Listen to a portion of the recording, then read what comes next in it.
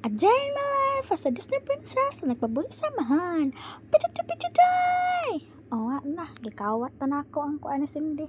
Sorry Cindy ha, nanghulam na ko. So anyway, highway. Kani siya na video kay kanang dungan siya pag-take sa katong churros bitaw. Unya kay gitapulan mo kog voice over. So mo na karon pa jud siya nabuhat. So anyway, ang ako ding buhaton is chocolate syrup para sausaw sa akong churros. Kay among chocolate syrup gikuha sa akong kuya, wa na siya gibalik no. Nya may gani kay naami gold chocolate. So ako na siyang gigamit. So 6 pieces ang nabilin. So ako siyang gihurot og gamit dai. So dere ako na siyang ibutang og palanayon na nako siya og hot water. Char na palanay na siya dayon nagkuan ako drag hot water nga then mekos na siya mekos hantod malana siya nga dayon ato na siyang kaviran for like 2 to 3 minutes. Uy, kauwi ba? Uy! Ano na?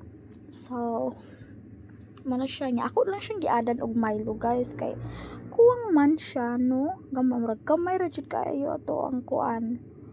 Ang 6 gold chocolate eh. Coin ba? Uy, naunsa? Mana siya.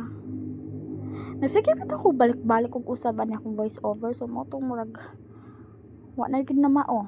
So ako na siyang giadag condensed no kay para diabetes. Bitaw para kuan siya, ma-action na siya og kalanay. Para tamis siya no. Nga ato na sang coveran.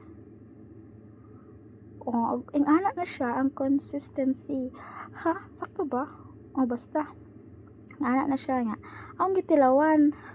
My God, may lami. Pero okay na madanag smile. Na, diba? Awa kong churros magtubol. Pero, yeah.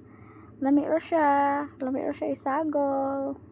Ang ending ang nagkaon. Ani ang mga bata. At least, diba, nag-share ko sa akong mga blessings. Sa akong snack, ay. Sumano to?